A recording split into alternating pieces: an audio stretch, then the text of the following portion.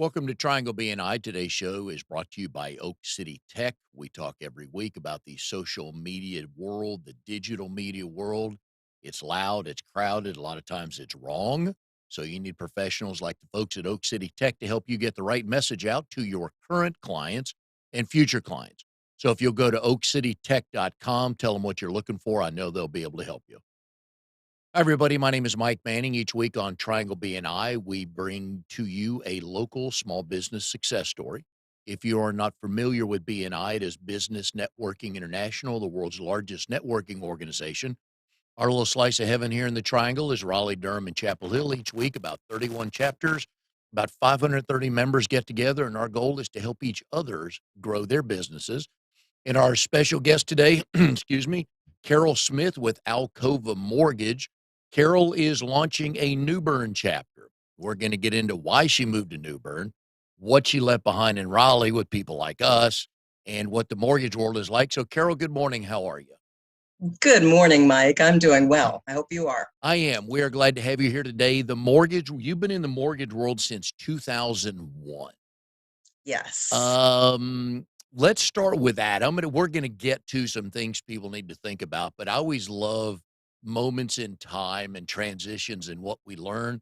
So 2001, when you started, I know there's like 1,000 things that are new and different now, but what jumps out at you? Um, what jumps out at me? It was you know, crazy times then and crazy times now. So things change daily in my industry, even hourly sometimes. But the one thing that remains the same is that people need homes and they need mortgages to realize those dreams, and I can certainly provide them that. And it is definitely a crazy world. Do you remember your first transaction?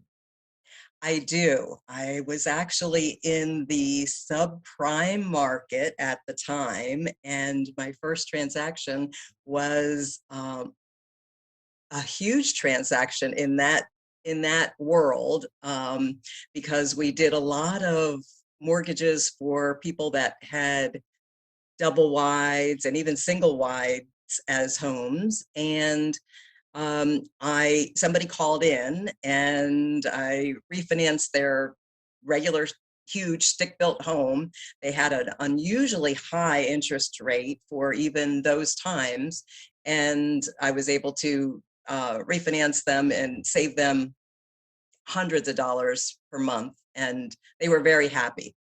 What was the going interest rate back then? Oh my goodness. It was probably 8% or something like that. I don't recall exactly, but yeah. What is the highest rate you recall seeing in your time? My own first mortgage when I bought a house in the 80s, and that was about 18%. Oh, in the '80s, I remember. Okay, all right. 18%. Wow. People Yes. would blow their minds. Well, the important thing to remember about that is that people will always need homes and buy homes. It doesn't really matter what the interest rate is, truly. They just buy less of a home. Oh gosh, I forgot about that. And the Yeah. lowest you've seen probably is within the last year, year and a half, 2 years. Yeah. Like 2% or It got something like that. stupid low, didn't it? Yeah. You Just about couldn't free you money. probably couldn't do enough refinances, right, at that point? Craziness. Yeah. It was tough to keep up with everything Oh, and get man. everybody squeezed into that window. So let's talk about that first. If somebody's listening to the show here and if they're over what, 4%, should they what's the if what rate should they look at to save on to make sure it's worth even doing it? Is there a rule of thumb? Uh, there is and there isn't. It depends on the mortgage size Mhm. and what they're trying to accomplish. If they are consolidating, doing a cash out refinance, and they are paying off a lot of high interest debt, well, then it makes sense to maybe even go up a little bit in your interest rate to accomplish a huge savings in your overall monthly outlay. Interesting. I hadn't thought of it that way. because usually people, yeah, I guess I always assume that people just refinance to get a lower rate, but you're right. A lot of times they're going to do something with that money. Yeah. Okay. So then you And, get, and now more than ever, people may have equity in their homes with the rising values, especially in Wake County oh, and surrounding areas. They've got the equity. Why not use it to your yeah. advantage? Oh, I'm with you. So if somebody's looking to refinance now, they're thinking about it, talking with their spouse or whoever. What are a couple things they need to make sure are in order before they come to you?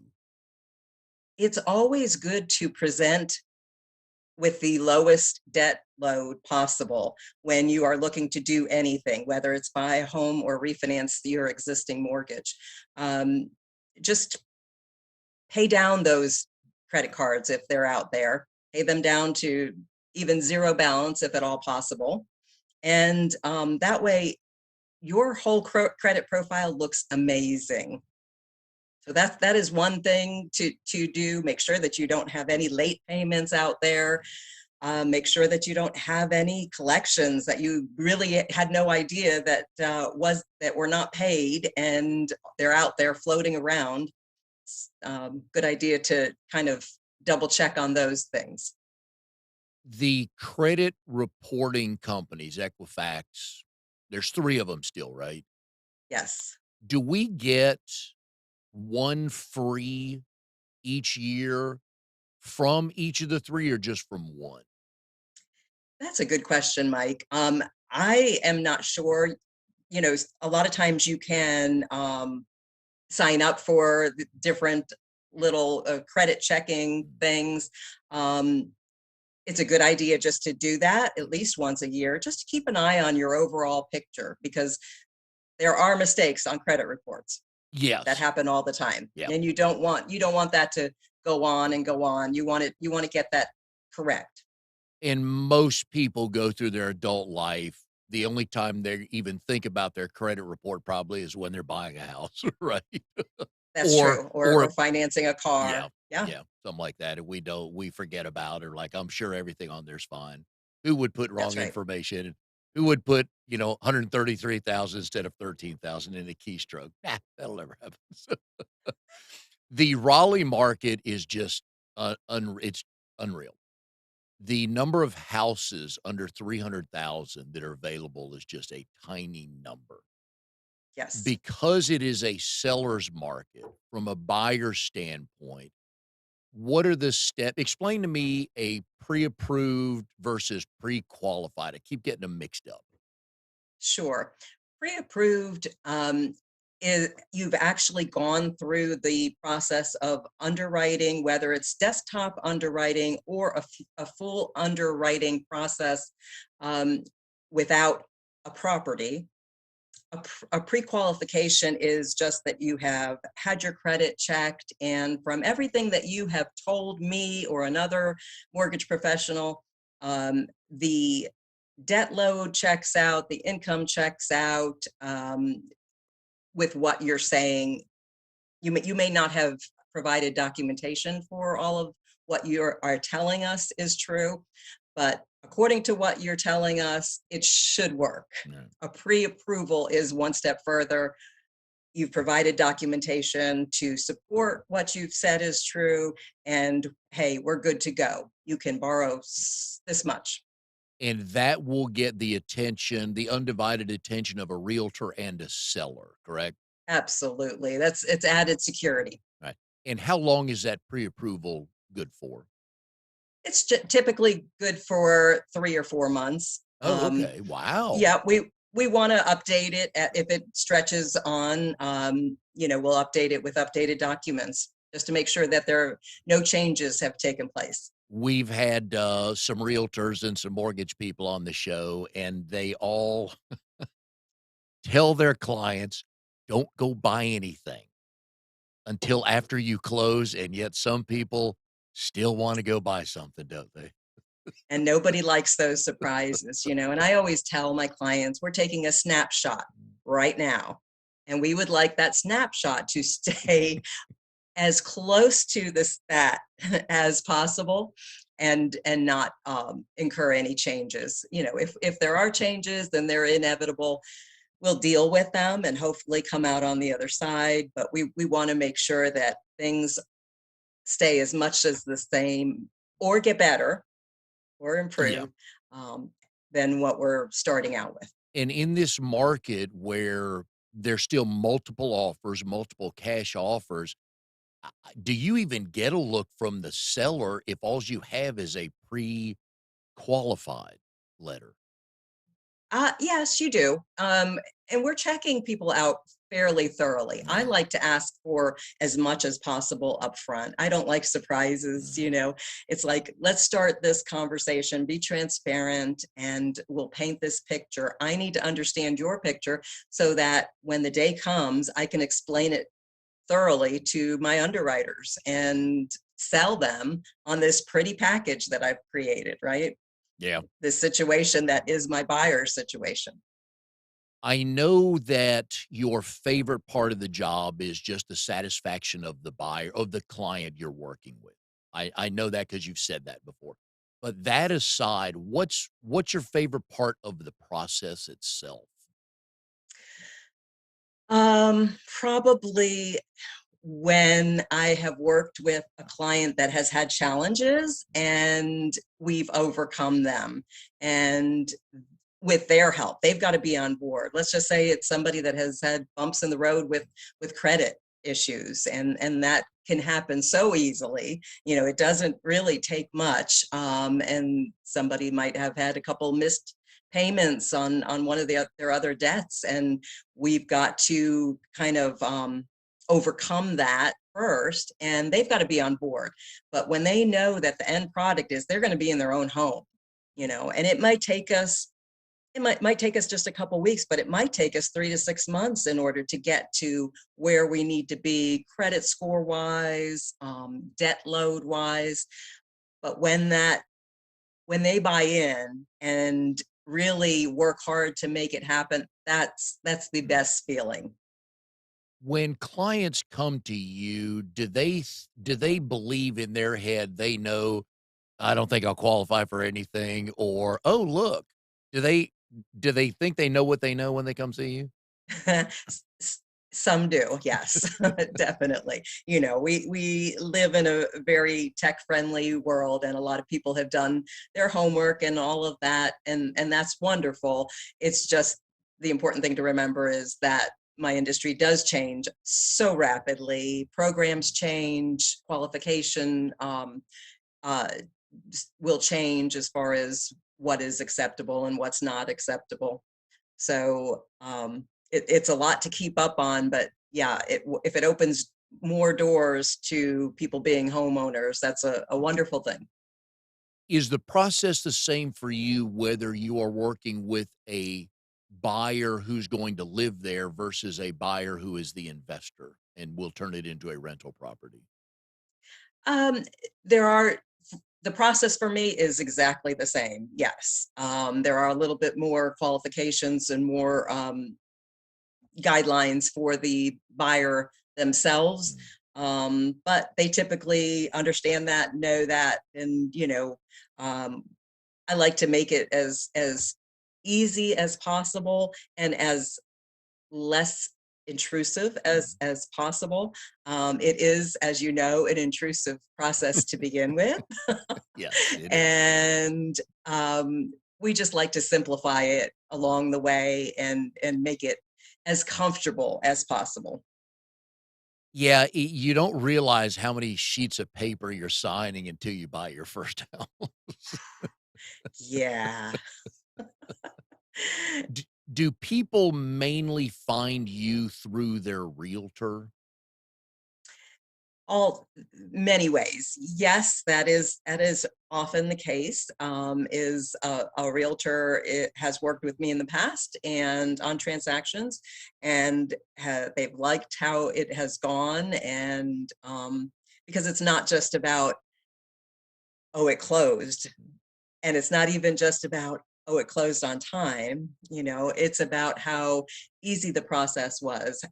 If they were informed along the way of where we're at and what we need, and anything that they can do to help make it happen a little easier.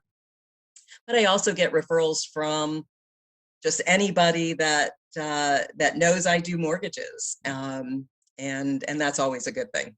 which is why you continue to network. That's right. How late at night will you answer the phone? I'm an early riser and a early to bed so, but I have been known to answer the phone at up until about 10 o'clock at night And also if on I week recognize there the you go, number. there you go, and also on weekends. If I can, Yeah. yes. Now, Yep. some industries, I laugh about this with, certain guests on because they fall into this industry of you're at a party or you're at the neighborhood cookout, and they go, "Hey, Carol, do you have a second? I have one quick question for you." And then it turns into a 20-minute explanation about the mortgage industry. Do you get those questions? All the time, and I love it. Oh, you do? Okay. I All right. do, All right. because I equally want to know about Yeah. little things like that about their industry. I just do. I like to see what makes people tick and what gets people excited about whatever they're doing, right? We've had a couple of lawyers on and, people, they get it all the time. "Hey, one quick question. I got an issue. Just it'll probably take 2 minutes," and you know it won't, right? Same thing with house because you can't explain what they will or won't qualify for. A, you That's right. can't because you don't really know what their numbers are yet, but you just can't give them a yes, no answer, and I think that's what some people want sometimes at a picnic or a networking event, right? Right. Alright, so you started out here in, RDO 5 in Raleigh, Yes. which you were in for a long time. Yeah. And you decided that Raleigh just wasn't big enough for you. There wasn't enough excitement, so you decided, "Look, I'll move to New Bern. They have water there." Right? Am I getting to the right am I getting the steps in order here, okay? Well, yeah, that's not I exactly know, what happened, I know. Mike.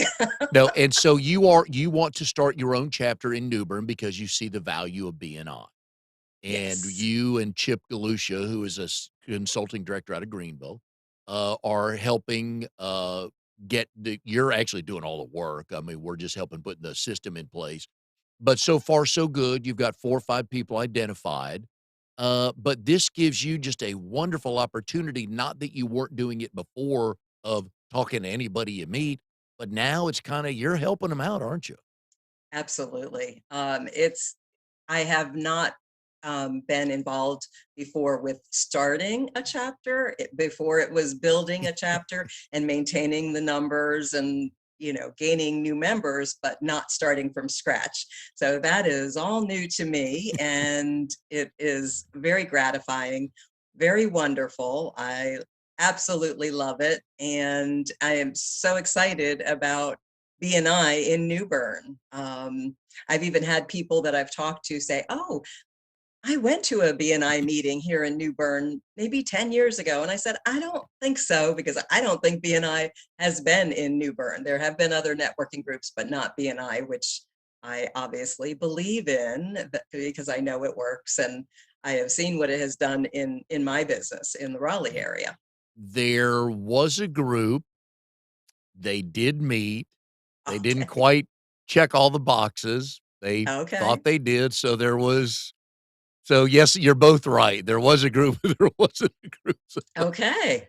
Small I town stand versus big town, what are you learning about networking and meeting people and who wants to build relationships?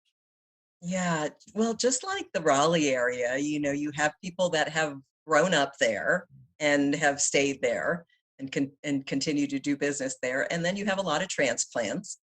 This area is wonderful because of the proximity to the water. You have a lot of people moving in and from all over, just like in the Triangle. Um, and I think from being kind of shut up and shut in, rather, with the pandemic and all of that, I think people are ready for this type of organization, and they want the boost that it could give to their business, and they seem to be excited. So I cannot wait to have a actual launched group here in W New Bern. we're excited too, and I guess the beauty in your world, I mean, you can work remote, can't you? Yes, absolutely. So So for it's the people listening in Asheville or Charlotte, hey, they can call you, can't they? absolutely. I would love to talk with Good. them. Hopefully, we can And make that happen. if they ever want to visit this beautiful area, I look out of my office window in the as I'm sitting Mm. here.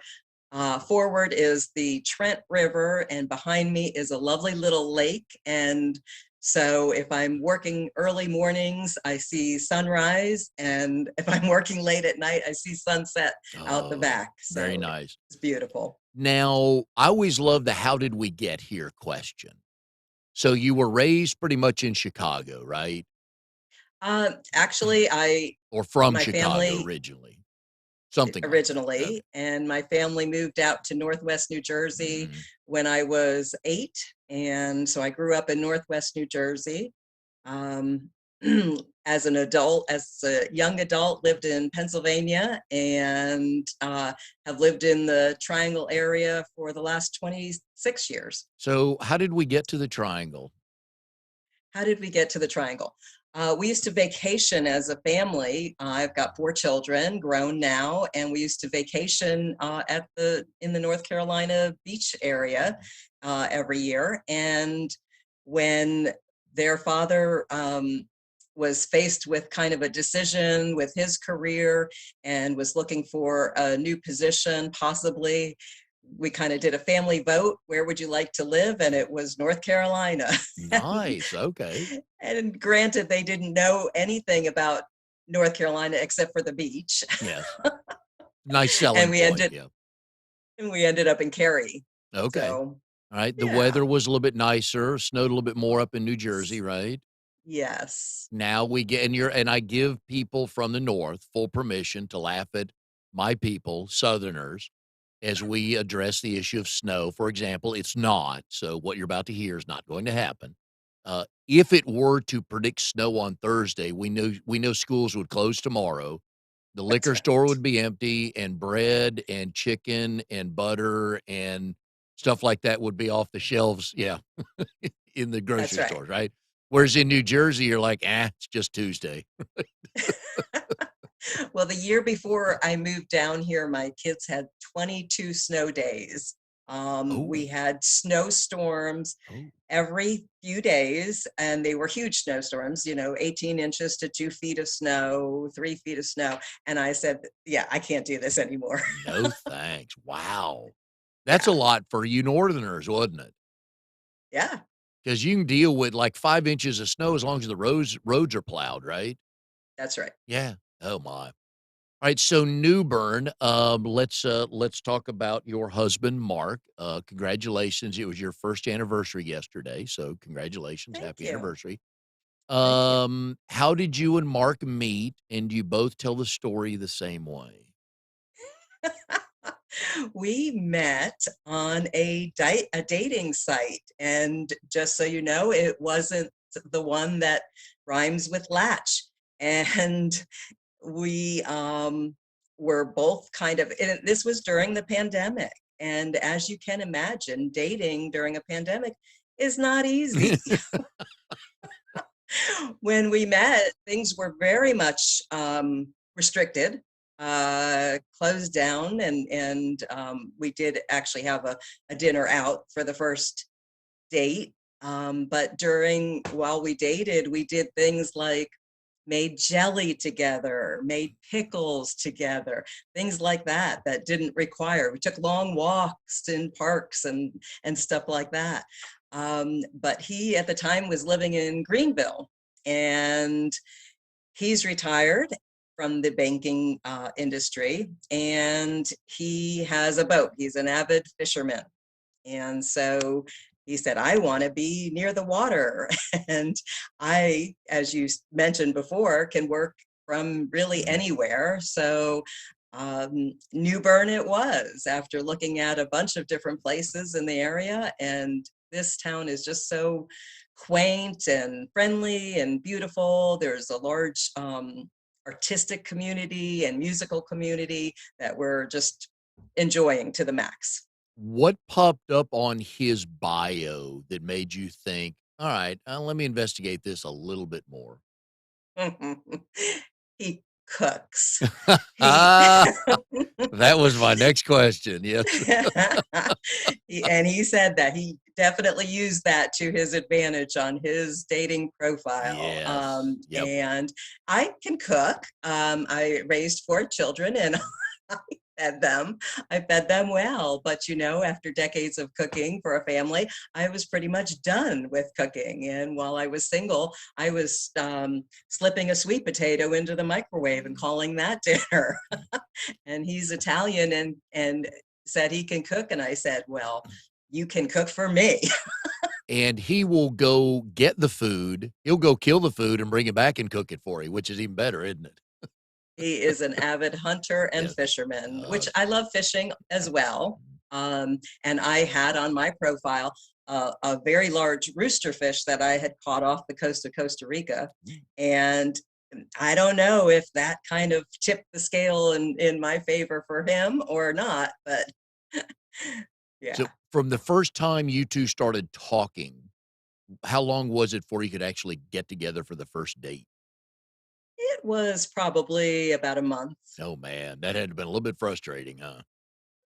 It was okay though, Alright. we got to know each other on the phone and did a lot of FaceTime calls and things like that. And we were just taking it slow, but Mm. and a little cautious. But then once we met, it that got thrown out the window. And where was the first date? It was at 42nd Street Oyster Bar in Raleigh. I Nice. love that place. And that's a wise man, he's coming your way rather than you he's saying, "Why don't you come to Greenville?" He's like, "I'll be there in an hour and a half," right? Smart man. Smart man. Right. Yeah, yeah, that got him a couple more points, right? Sure. So let's talk one of our favorite subjects. We can talk grandkids. Yeah. Over your right shoulder, you have pictures of 2 girls, right? Yes. Okay.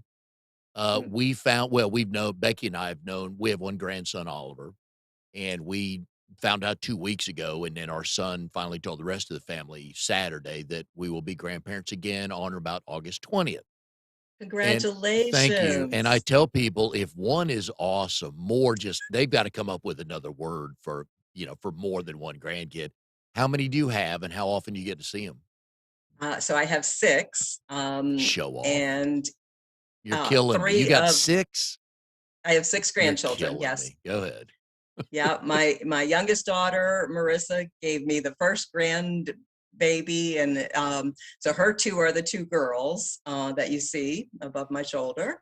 Um, and then my son has two, a boy and a girl, and my second oldest daughter has two boys. So I have three. The girls came first with all their sweetness and demureness, Yes. and then the three rowdy boys came. And as a grandparent to a boy, I know that you can attest to that. They are a different breed. Oh, yeah. They started doing things as babies, things that the girls who are older didn't even think of doing. But yeah, they are fun. We get to see them fairly often. They love coming here because there's it's just stuff to do, and Oh, it's yeah. it's new, and they like to go on the boat and go fishing and all of that. What is the age range? They are 11 to 3. Nice. And what do they call you? Mimi. Mimi. And do you have all the birthdays memorized? Of course. Okay. I wanted you to brag and say yes because I know there's some people's like, let's see, I got 9 of them. Yeah. So I can, on Yep. Oliver, I can do the math. If anybody on any given day says, how old is this? Say, give me a second. I can do the math and get it down to the day. But yeah. So I'm looking forward to having, having a second one. And my son and daughter-in-law are not going to find out the sex of the baby because they don't care. They just want healthy How babies. exciting is Yep. that? And same thing with Oliver. Nobody knew his name till we met him. So they're going to do the same thing. And I Yeah. told him Mike the second. So it got a great ring to it. And my oldest son, as he always does, I just set him up and he lays me down. He goes, not even a chance is the name Mike going to be involved. I'm like, thank you I for that. love So that. And I've always said um, it is a very difficult task to name a human. yes, it is. I don't know how people do it and choose the name ahead of time. I always had to look at their little faces Oh, and figure it out. oh, interesting. We, Yeah. tr- our oldest son, Travis, he was named at a stoplight. Becky and I we lived in Austin, Texas, Travis County. We met at a restaurant that overlooked Lake Travis. And we're driving around one day. She was driving. We pull up to a yellow light and she slows down. It's red, turns red, and she stops. She goes, what do you think of the name Travis? Thought for a second, light turned green. I'm good. And that's how long it took us to name Travis. Now, Cameron, our youngest, 7 months. We had to go to the Wow. book of names. I liked Kyle, but of course she dated a guy in high school named Kyle, so that ruled that out. And I love the name Mary, and she said, "No way," because only me and some people named Mary like that name. Most people, it's funny, it's a great divider. Either people love it or hate it. I think it's the greatest name ever, but couldn't get it. If we had a daughter, she wasn't gonna be named Mary. Any granddaughters, both of my boys have ruled that out. So I tried. I Wow. tried. So, yeah, and It, there's no Oliver on either side of the family, so that was neat. Just a brand new that name. Oliver's a great name. Are your grandkids new, different names that neither one of the parents had on their sides? Yeah, they're all different names. Some of them are a mixture of um I don't know, things that their middle names are Yes. more names that are family oriented. Yes. All the girls have old fashioned names, which I Ooh. love. So we've got Evelyn and Daphne and Frances, Oh, I like kind Daphne. of older Yeah. names. And then the boys are Colton, Gunner, and Callan. Oh, wow. Yeah. Those are 6 different names you don't hear a lot of, so good for them. Yeah, we Yeah. thought when we named Travis, we were and then all of a sudden, like, there's Travises popping up everywhere. And same thing with Cameron, then there started being a girl's name too. That's right. So we're laughing, but Yeah. it fits both of them. But I don't know if we even thought of waiting to see their face to name them. So is that what you Mm. did with yours? Yes, absolutely. Wow. I was just stumped with having to name this human. And what if I made a mistake and they didn't like their name after they, grew up, and they didn't like me because I named them this awful name. Wow, you So you thought a lot of things that most parents absolutely. So yeah, it was a process, and it was funny because I remember my grandmother was still alive when my second oldest daughter was born, and she came to visit me in the hospital, and I told her that I named her Audrey Jean, and she just looked at me and said, "I don't like that name," Oh, nice. just like a Nice. grandma, like they can do. Yeah. Now, your name, nobody hardly anybody else spells their name Karyl the way you do, Karyl. How did that come about? Well, I was born in 1959, and there were a lot of Carols. Okay. And my mom said, I like the name, but I'm going to spell it different. I And do she people just, yeah. Do people butcher it more saying it or spelling it? both, Oh, good. Okay. absolutely both. And there are people that have known me for a while, and they will, just do KA. They got the K right, but Yeah. then they put an O instead of a Y. Or, yeah, so When it happens. when you were in school, grade school and middle school, did teachers outthink themselves and try to pronounce it something other than Carol? Absolutely, and they thought I was a boy. Looking at the class list for the first time, they were expecting a boy, that they had not heard of that name, and I was like, I had nothing to do with it. Is your middle name normal then? It is, Okay. and Oh. the funny thing about that is that I'm number 6 out of 7 kids, a Oh my. large family, and my youngest brother is an Irish twin, born in the same year within 11 months of me, and um, was my best friend growing up. And he could never pronounce Karyl when he was little. So he called me Annie. So it was like a second, kind of like a second identity, at home and to close friends and family members. I Ah. was Annie, school, work, whatever, Karyl. So, and to this day, my siblings call me Annie. Oh, really? Yeah. Interesting. Yeah, I love the stories of little kids who can't say well, and that's how some of the better grandparent names came out, like my dad's mom, we called her Gayo, Gayo, because one day my sister, who's the oldest, I'm the middle 3, and so my sister would have been maybe 2 years old at the time, and she was sitting with my mom and Gayo, and she handed her a can of Pepsi and said, basically, "Gayo, do you want some Payo?" Because she couldn't say Pepsi or grandmother or whatever she was at the time, and that's how Gayo was born, so love those stories. That's Yeah. great. But Annie, interesting. So, Mhm. just family, right? Some close friends. Yep. Then are Yep. you Aunt Carol, No, Aunt Aunt Annie? Annie. Hmm. Nice. Auntie Annie. And when Auntie Annie. and so when I was about to be a grandmother, and my youngest daughter said, "Well, you get to pick. You get to pick what they call you." And so I went through, and I'm like, I am not going to be a Granny Annie. No way. Oh, That, that's so good. I didn't even put that 2 together those 2 together yet. yeah, Nice. no, Granny it's Annie. got to be Mimi. Yeah. It's hard because my wife did not wanna be grandma or nana or anything like that, so the we and I always wanted to be pop because I never met well, I did, I was like a year old. My mom's dad, I don't ever recall meeting him, have no memory of him, and he was pop, and I thought, "Well, you know what? I wanna carry that on, in family tradition, start Yeah, one at least," so I said, "Hey, I wanna be called Pop," and so our family, as goofy as they are, we figured something had to go with Pop. that's right. And so we discussed this for about a month amongst everything, and it became we are Lolly and Pop. Yeah. Oh, I like So, that. Very yeah. nice. And I thought when Oliver, with little kids, you never know what words they can pronounce or what letters they have trouble with. And I thought it would turn into Wally and Bob, but it didn't. Yachty, it was Yachty and Poppy had no problem with from day one, which of course I bragged all the time because he's that smart, right? He can say Pop, right? And Becky was Yachty till he could get the L, turn around, get the L. So, but it's funny how Yeah. names like that come about. But so Annie, I would like learning stuff. See, that's good. Now, Yeah. the I enjoy first on the show, and I believe you're the first one that is a graduate of County College of Morris.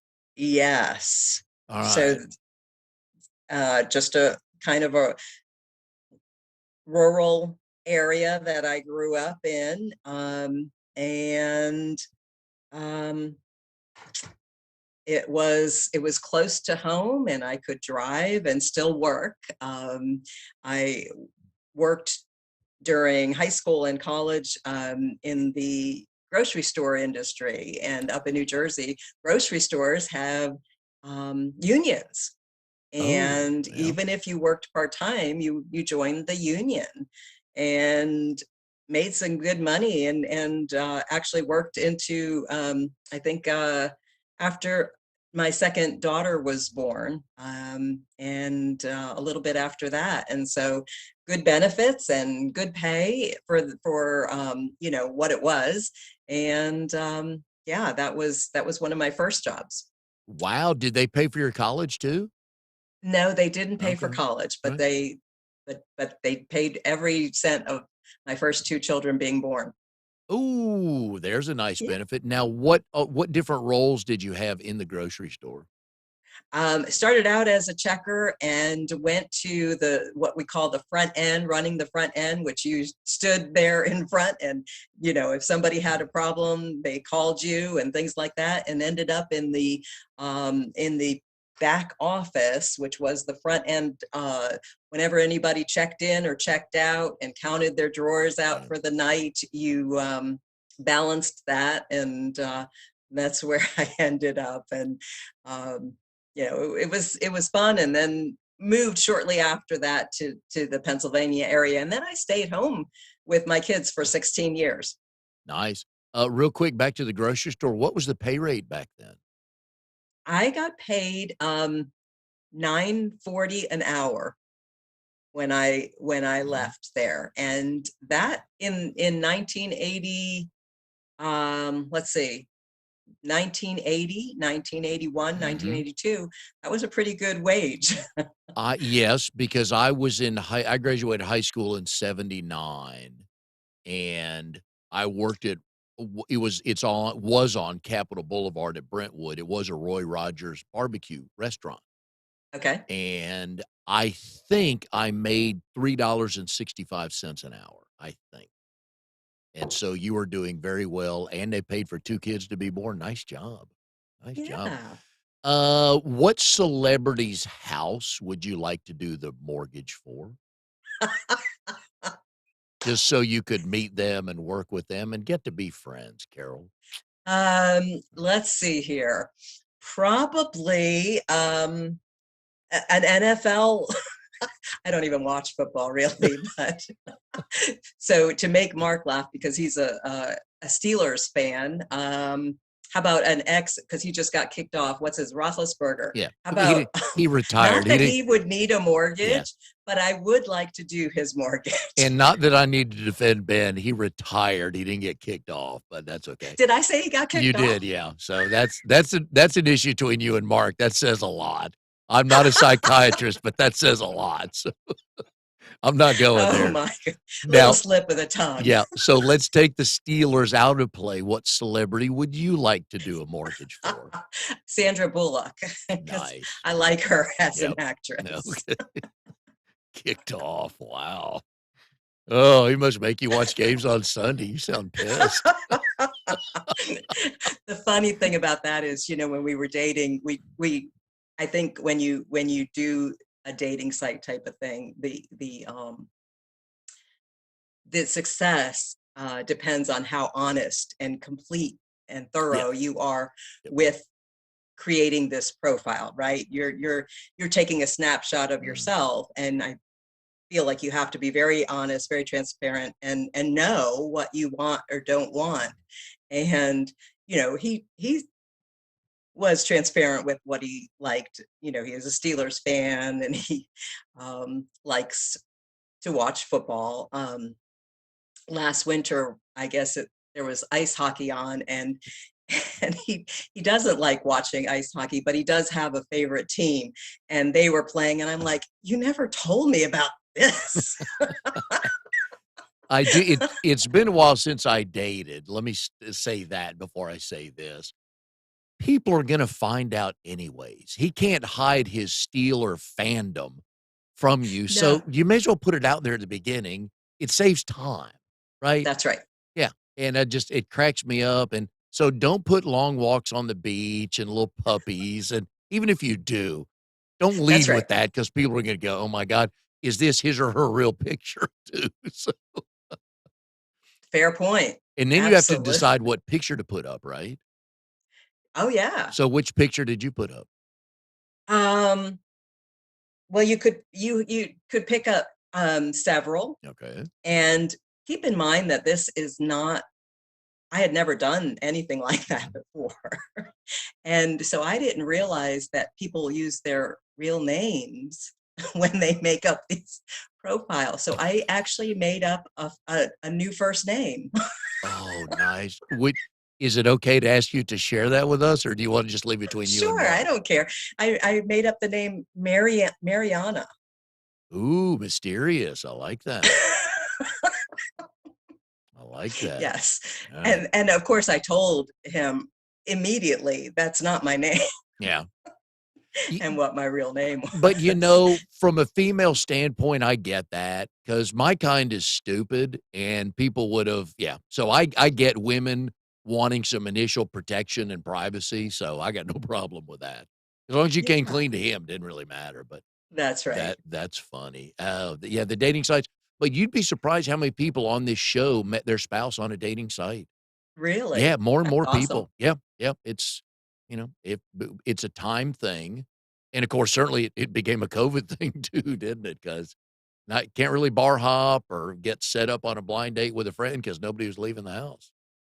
That's Oh right. my. And so last year, I'm on Facebook and on different Facebook groups.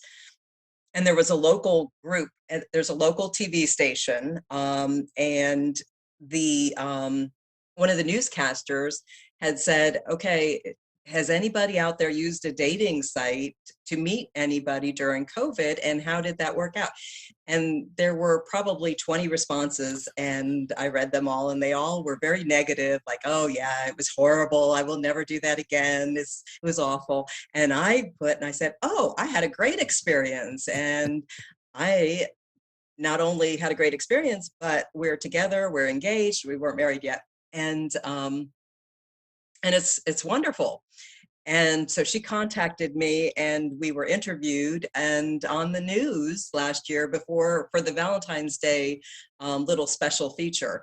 And and then of course we got married the next week. So And when yeah, and the kicker is you can just tell other women he cooks and just that's leave it right. at that. Just leave it at that, right? I mean, most women really do understand.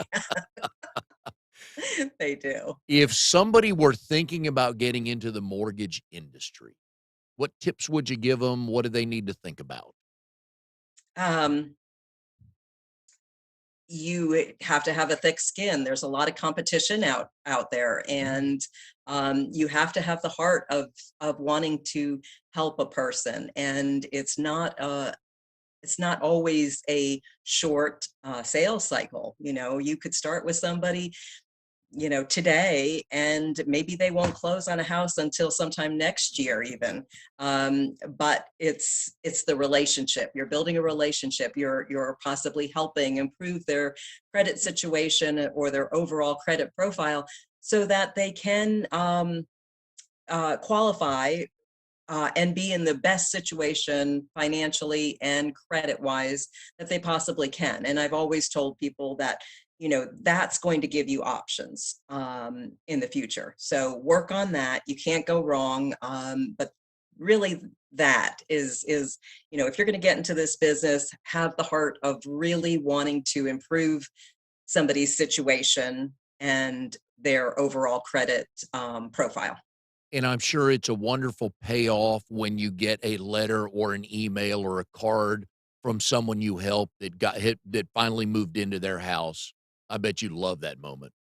Absolutely love it. Yes, when someone owns a home in a community, they're more apt to get involved with their community. They are more apt to possibly join a church and other organizations that strengthen communities. And I believe in that. That's where, to me, that's where magic happens. That's where you really get to know your neighbors and you want to help them. And you maybe somebody has a garden and they have a bunch of zucchini and they go door to door and hand them out. But that's community, and getting to know each other and help each other. I love that part of it. Very nice, very nice. So anybody in the state of North Carolina starting Yes, now could call you and you could yes, help them move into their first or best or next house.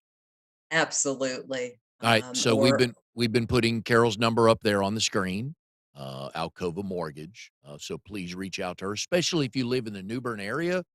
You're looking to grow your business. Hey, there's a BNI chapter getting ready to get started. They got some momentum going, and more importantly, you got Carol on your side. And I know you are looking forward to launching that chapter, hopefully sooner rather than later, and we're there to help you for that. So we've yeah, enjoyed it today, Carol, getting to know about life in New Bern absolutely. and why you're Aunt Annie, but not Granny Annie. So we like that. Love those stories. But anyways, hope 2022 is off to a good start for you, and the rest of the year gets going well. And COVID, I've given up guessing where we are in all of this. When it started, I thought it was like a 6-week deal when BNI said, "Hey, everybody's going Zoom for a while." I'm like, 6 or 8 weeks, they'll figure things out and see how wrong I was. So I'm not even offering up any advice anymore. But COVID or no COVID, they could still reach out to you anywhere they live in North Carolina. Are you licensed anywhere else? I am not, but our company is in all the southeastern states, and so I can certainly refer them to somebody that will give them the same exact service as I can, and within my own company. There you go. You need people like that on your side. So, Karyl, we've enjoyed it very much. Like I said, good luck the rest of 2022, and we will see everybody next time on Triangle BNI.